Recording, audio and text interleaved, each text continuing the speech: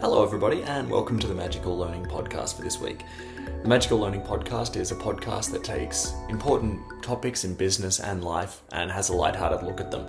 Today, we're doing one of our reflection series. Reflections is where everyone brings something to the table and we openly discuss it. Today's prompt was a small change. How that is interpreted by all the members of our team is very different, so I hope you enjoy this episode. And as always, have a magical week. Hello, everybody, and welcome to the Magical Learning Podcast for this week. This week is another Reflections podcast, which is where we take one topic and we all bring our insights to it. And we'll get to that in a second. But first, let's see how everyone's going. So, Danette, how are you going this week? Yeah, good, Jez. I've been at the farm all week and it actually is raining and we haven't had rain for about 6 weeks. So super excited, and I'm also puppy sitting. So I'm looking after Gren and Pars, my parents' dog Hero, while they're up playing in the Masters Golf Championship in Harrington next week, which apparently it's raining really badly. So hopefully the rain goes away for them.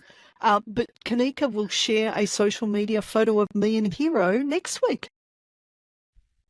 Yes, well, actually, based on the timing of when this all comes out, that'll be more likely maybe this week prior gone. But regardless, it all makes sense. Let's jump into Leggers. Leggers, how's your week going? Yeah, it's going pretty well so far. I went to the Comedy Fest last night and had a really great time.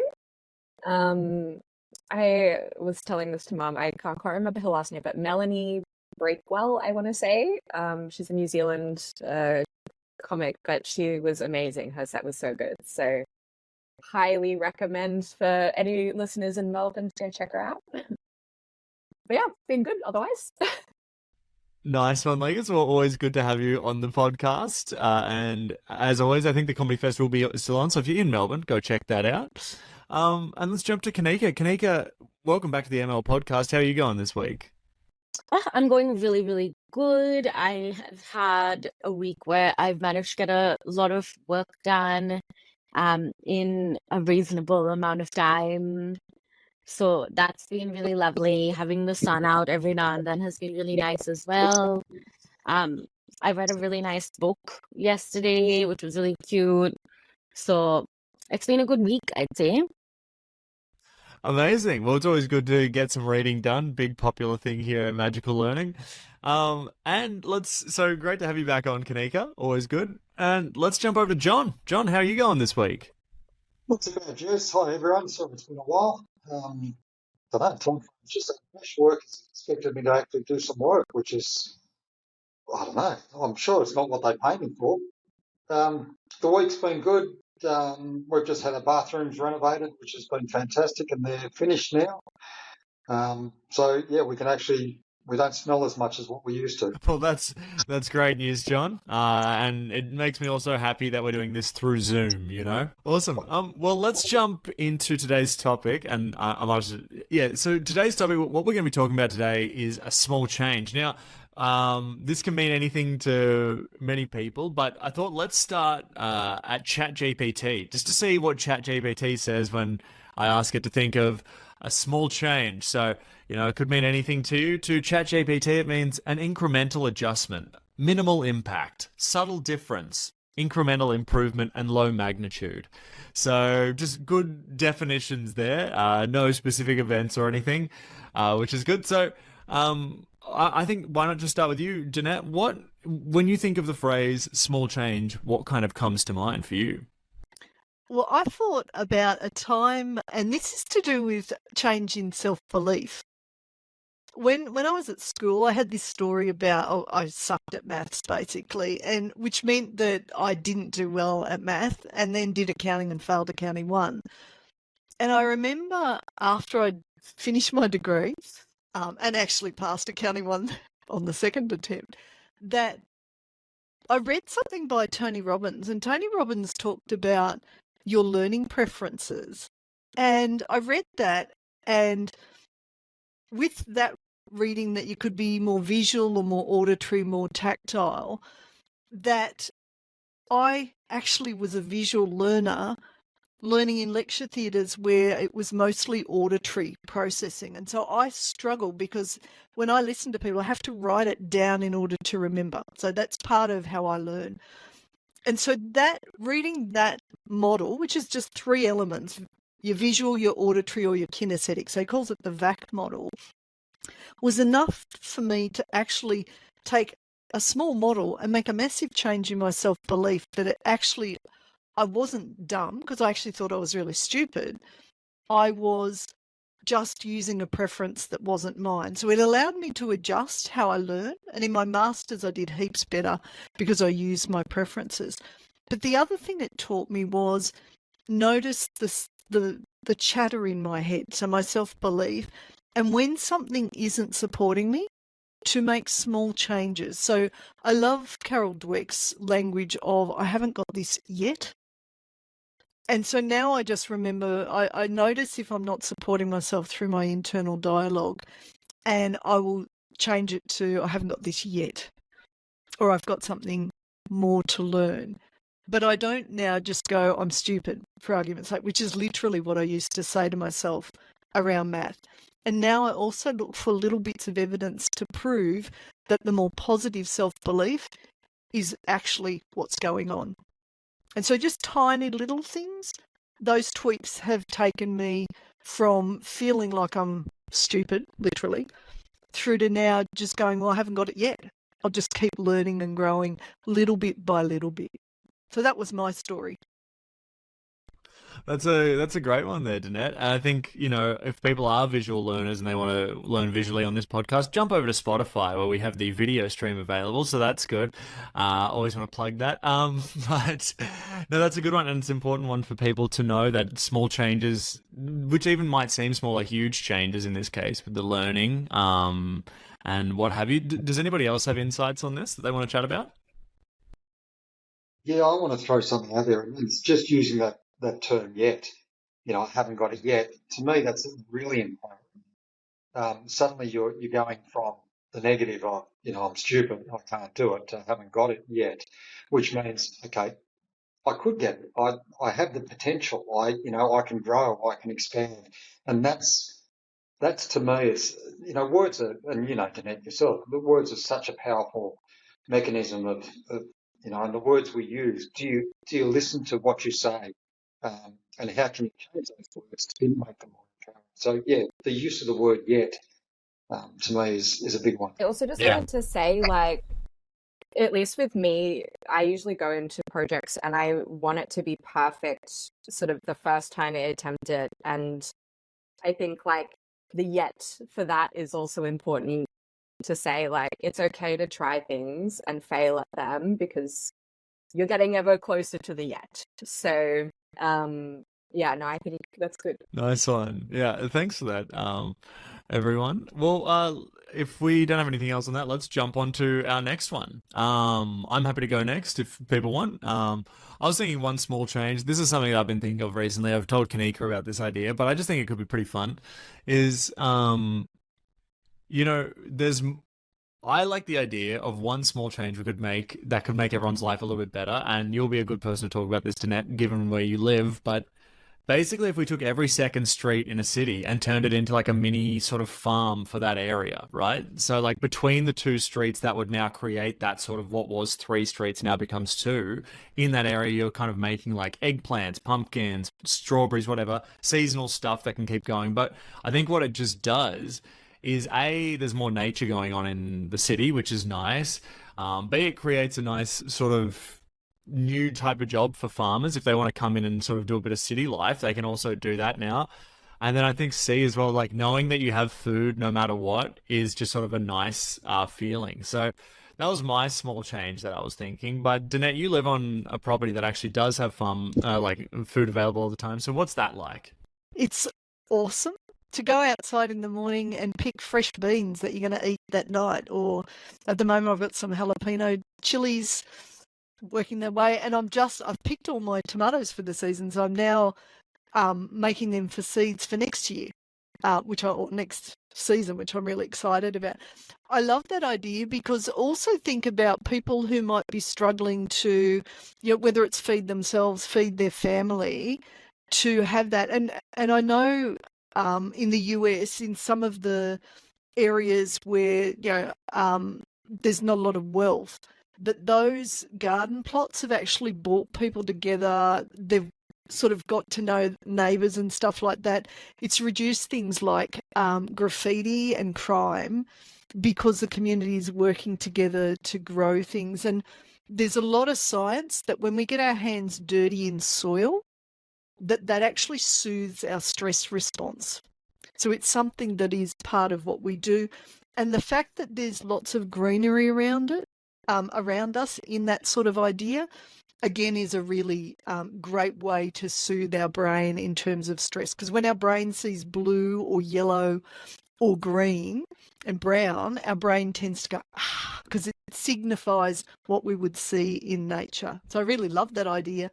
And even nature strips to start with, like you could start really small. What a great way to share and get to meet people. It's a great idea, Jez. Love it.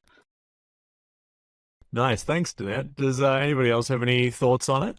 I do. So actually on my street, there was like a house. They've recently moved, but they had like a full-on community garden in their front garden. And like they had a bunch of like plants on the sort of footpath, nature strip, sorry. But like you could just pick them, and they had like constantly people over at their house, and it was like such a vibe, honestly. But I've done like a tiny little one. You definitely can't see it behind me, but I've planted some herbs just on my balcony here. And my neighbors, I've like offered it to my neighbors in case they want some, but they are actually using it. And it's like kind of like a cute little like miniature community garden for my building. And we've actually had plans to build like a building, sort of like veggie patch over like outside of the building, which would be really nice if that comes along. So I think it's just nice get to talk to people, grow your own stuff. It's very rewarding when like you have the like product of all of your work in your hand and you can eat it. But yeah, no, I think that'd be a great idea, Des. I'm down for it. I'd just like to add something. I've been pretty quiet so far. I didn't know I was getting on this podcast till 5 minutes before I was getting on it. So I haven't really had a chance to read the email or look for links. I was on a completely different platform at the start of this, not knowing what was going on. But just jumping off of certain points, like I guess a small change I've made, I would say, in the last few months is I'm always carrying snack with me everywhere I go because I have really long days and I'm not a massive breakfast person. Like I can't wake up at like 8 a.m. and eat like a meal before I leave the house. It's just not how I feel good. So I started doing this thing where I carry a lot of like nut heavy snacks with me, like things that have like nuts and seeds, like essentially healthy things that are good for you. And it's actually been really, really great. Like I found at times like where I'm just sitting at a computer full and it's like 4 hours in and I just need like a bit of a pick me up. I'm just eating like a bar of almonds, which is really, really good for me, I believe, or I've been led to believe. So there's that. And just to jump off of Danette's point from earlier about getting your hands in like soil and stuff, if that's something you don't like to do, another way to really like connect with yourself is like eat with your hands. Like that's like a way to directly connect with your food. Like as an Indian person, we almost exclusively use our hands for anything, and there are facts proven to it, like you tend to like have a more satisfying meal because your senses are connecting directly with your other senses.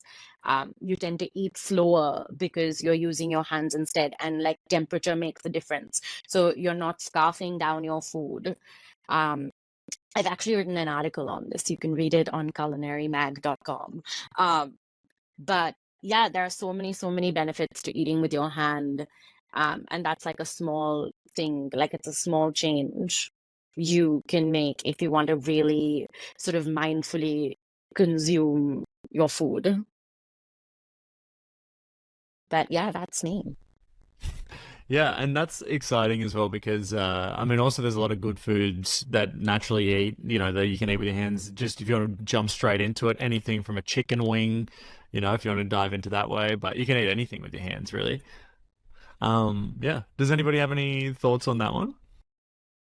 I love the idea of the snacks thing and being intentional about those snacks. Because then rather than eating a lot of like heavily processed sugary stuff, and coming back to your thing about the community garden. So at the moment, we've got Granny Smith apples on the tree. And rather than pick the whole lot, what I've left is some of them are still growing. And every 2 days, I'll go out and pick about two or three. And then once a day, I'll eat an apple. Because apparently, the saying, an apple a day keeps the doctor away, is actually true.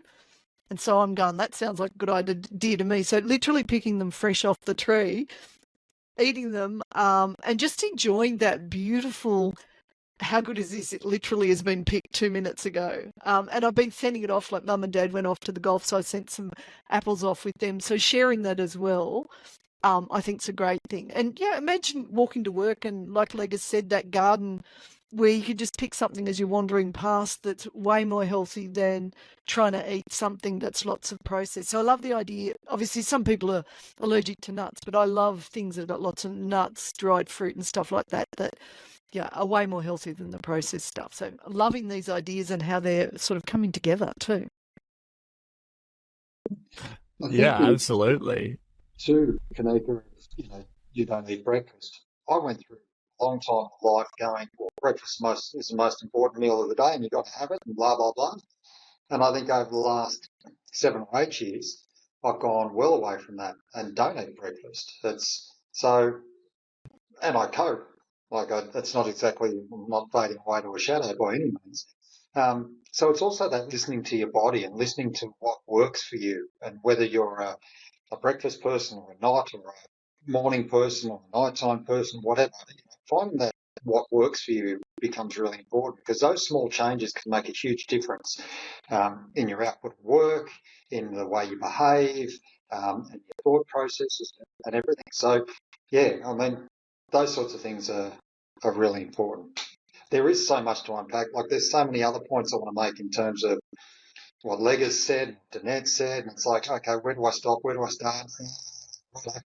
I'll leave it at that for the moment. This is just a bit of a fun fact. So the concept of something's like 4 seasons, or the concept of just like you have to have 4 meals a day, these all sort of stem from like colonialism and capitalism. None of this like actually is validated because a lot of cultures that don't follow sort of Western standards, a lot of people just eat when they're hungry. That's literally it. You just listen to what your body wants. Like, just eat when you're hungry. And that's kind of it. It's just like a lot of just structures that were put into place. So every time you feel like a structure is put into place and you feel like you have to do something, maybe look into why that structure was put into place in the first place and go like, maybe I don't need to do this. Yeah, absolutely. They're small changes you can make there. Well, John, you were saying you've got some points, so I mean, feel free to jump in on your points and whatever your small change is. Well, no, it was more, the eating with your hands. I've got a 2-year-old grandson. Mum and dad encourage him to eat with his hands. And it's like, seriously? But he enjoys it. So, and they're happy to, like that kinetic type of approach is important to them with play and learning and growing. So it's not just connected to him eating food, it's connected to him learning and developing as well. And mum being a teacher, so there's always constantly doing something. And dad is very much a hands-on sort of bloke. So, our son, was terrible at school. How he lasted to year 10 is God knows beyond me. He should have been punted at year 8. So, you know, that learning, again, working out how you learn becomes really important. And Lega's conversation in regards to the garden stuff, or sorry, Jez, even yours, and having that middle street as a garden, to me that's brilliant. I mean, having the ability to go and pick your own food, grow it and watch it grow is really cool. And again, I grew up, Dad had a garden throughout our whole life, and we'd be out in the backyard eating beans or tomatoes or pulling out the carrots because we were hungry. That stuff's great. So community gardens, I think, are really important. Just to add on, the eating with your hands thing, always good for a child's immunity. Good to build up immunity. That's true, because sometimes you don't even know what they're going to put in there. It's just you got to build up the immunity with food and sometimes without food. But John, did you have any? When you think of the phrase "a small change," kind of what comes to your mind? Well, small change. I've been doing a fair bit of work in the last week, really, in terms of the carbon economy and climate change and stuff like that. And the small changes or the changes that have been made throughout the world over the last 100 years are huge impacts are very much on disadvantaged people. So if we can make small changes, and the UN talks about temperature rises of just 1.5 degrees will cripple the world. And 1.5 degrees isn't a big change, but the impact on the whole world is huge. So how do we, and we need to start thinking about the things that we do and the impact it has. It's the butterfly effect. A butterfly flaps its wings in Africa and there's a tsunami sort of thing just for that small action. The chain of events of what we do and the impact it has on others. I don't think we really think about that. I guess I'm talking really big scale. We don't think about our impacts on other people, and maybe that's something that we could be doing to look at what do I do and how does that impact on others, and should I be doing or should I not be doing? Yeah. Well, I mean, it's a good point, John, and sort of in a more broad sense, like in like a broad sense, I think it kind of like it does say like, a small change can have such a big impact. You're talking about 1 degree, 1.5 degrees, and it's going to have a massive impact. It is a negative thing in that way, but in a positive way, it's like looking at how small things can just really, have a sort of outsized impact. You hear about sort of bizarre events that, there's almost a 0% chance it should have ever happened. And then, it happens because one small thing happened here, which made some mistake here, and all these different things. So yeah, I mean, it's a good point. Small changes might do a lot. So yeah. Anybody else got some thoughts? Well, I was just thinking it sort of links back to like the market gardens and stuff like that, because if we grow more trees, I know that certainly has some impact. So even just sort of thinking about, well, if you're growing more trees, you're picking the fruit off the trees, for argument's sake. Less use of plastics. Less use of plastics obviously is a good outcome. So even just thinking, what's some simple things I can do and make them just part of our habits? So those little tiny changes, and encourage others around you to do that as well. And John, I'd love to have a podcast talking about some of the stuff you're doing in that space, because it's such an important space. And I reckon we can make little changes there that can have bigger impacts around communities and stuff. But I love linking that to all of the discussions we've been having so far. Yeah, love Absolutely. that. Jess? Yeah. Yeah, no, go ahead. I think it's a great conversation, to be honest, and I think we should have one. So, yeah. Well, let's jump into Leggers. What's your small change?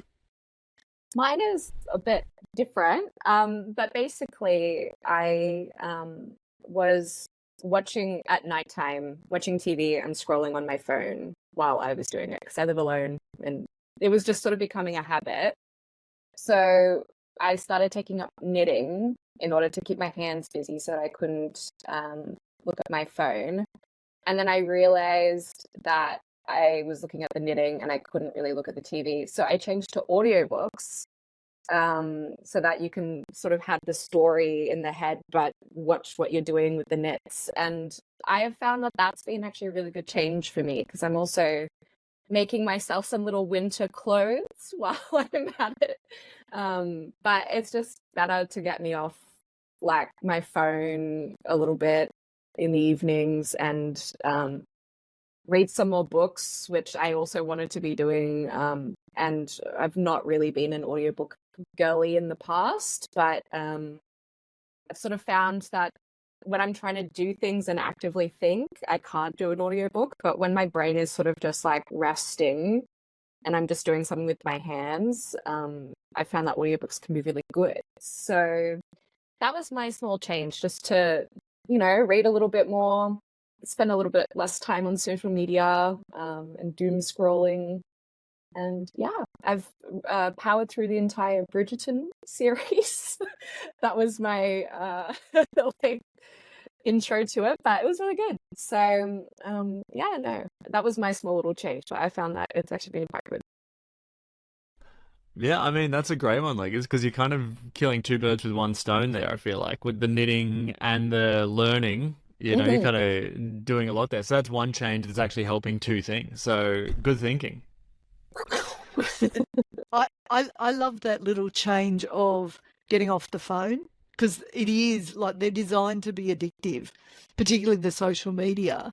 So one thing I do is after work, I put my phone on the charger in my office and I close the door so that then I'm not looking at it overnight, unless I intentionally then go, okay, I need to maybe message mum or something like that.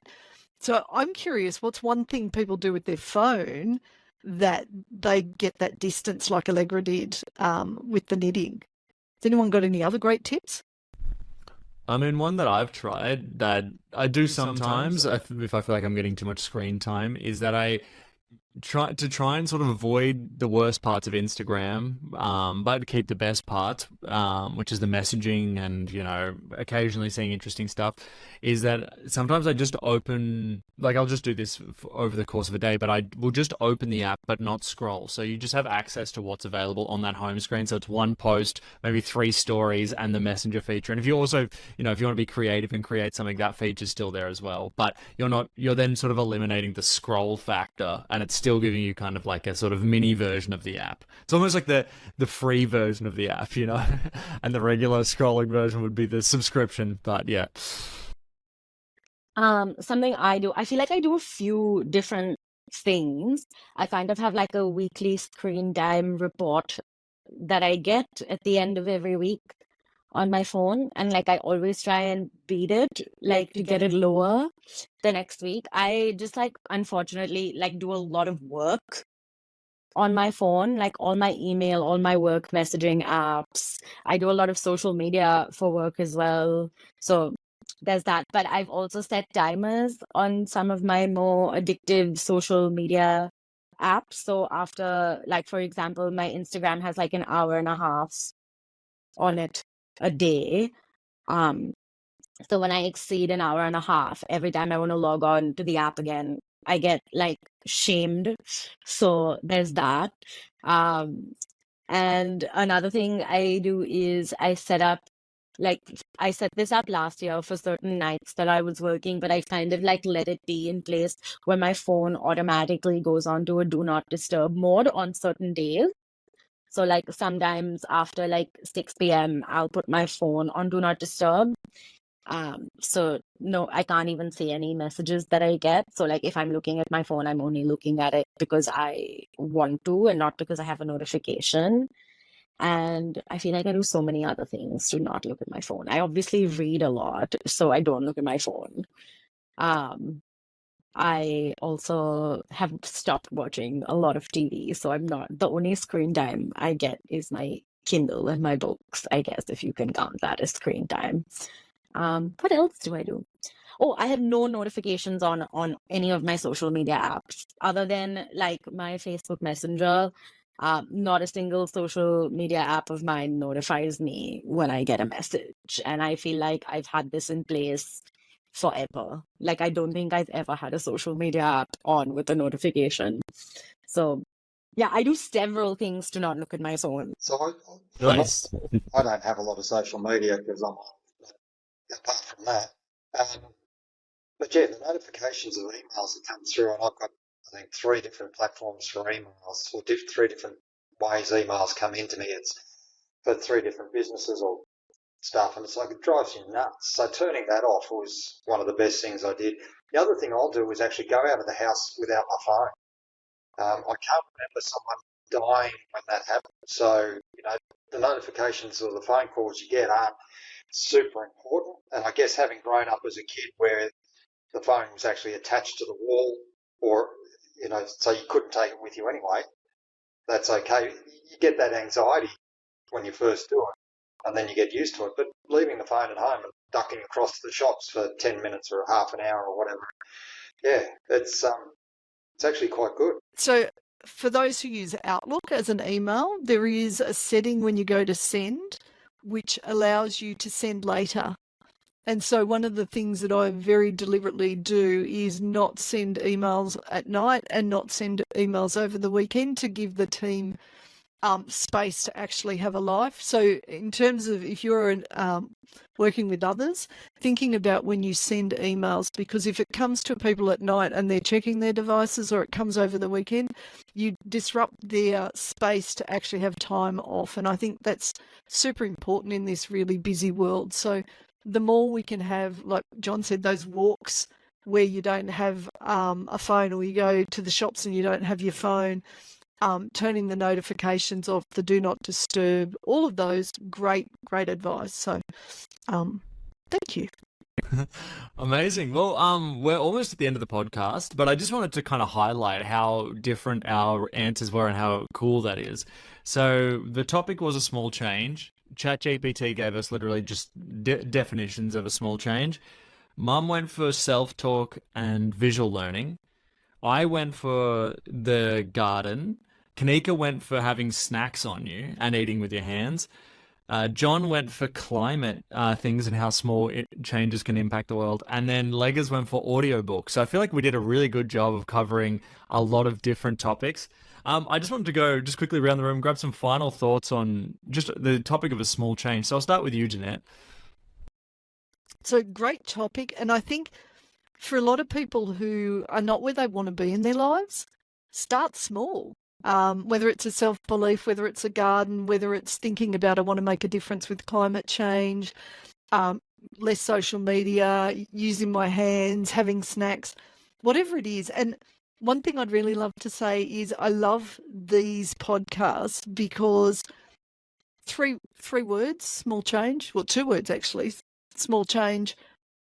Look at the discussion we had because of the different perspectives that everyone brings. So I think that's awesome. And so sometimes I think even just talking to friends about this isn't working for me. What are a couple of things I could do different? You just get perspectives that you wouldn't have thought of. So great topic, and thank you, everyone.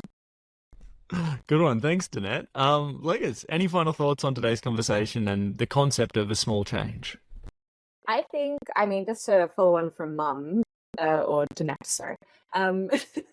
But yeah, I think a lot of people approach change in very big ways. And like usually that means that they'll fall off because the old way was more comfortable, more familiar, whatever. But if you attack change in small ways, you can sort of chip away at it more efficiently than if you try and tackle the whole thing at once. So I think, even with things like climate change, like clearly no one's doing the big, we're going to fix it, but we need to do a lot of small incremental changes so that we can actually help adjust for this. Because, so I think it's, really important. If you want to change yourself, think about what are the smaller steps that you could do to help start getting the momentum behind yourself with whatever you want to change about your life. So great conversation today though. Thanks for having me.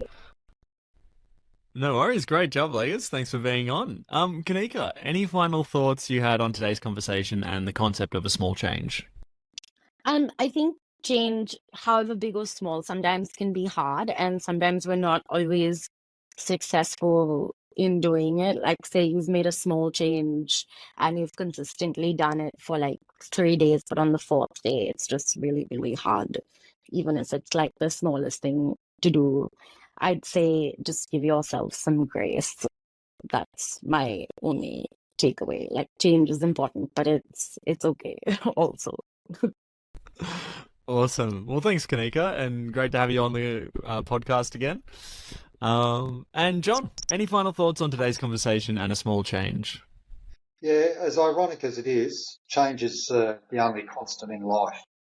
So, and I love Danette's idea of, uh, asking the question, is this working for me? If it's not, then you've got the power to do something about it. It's just, what do you want to do about it? And it may be talking about ideas or, different ways of doing things, but yeah, what do you want to do about it? Amazing. Well, thank you, everybody. What a great conversation. I've had a great time. To everybody that's been enjoying this reflection series, it's please let us know.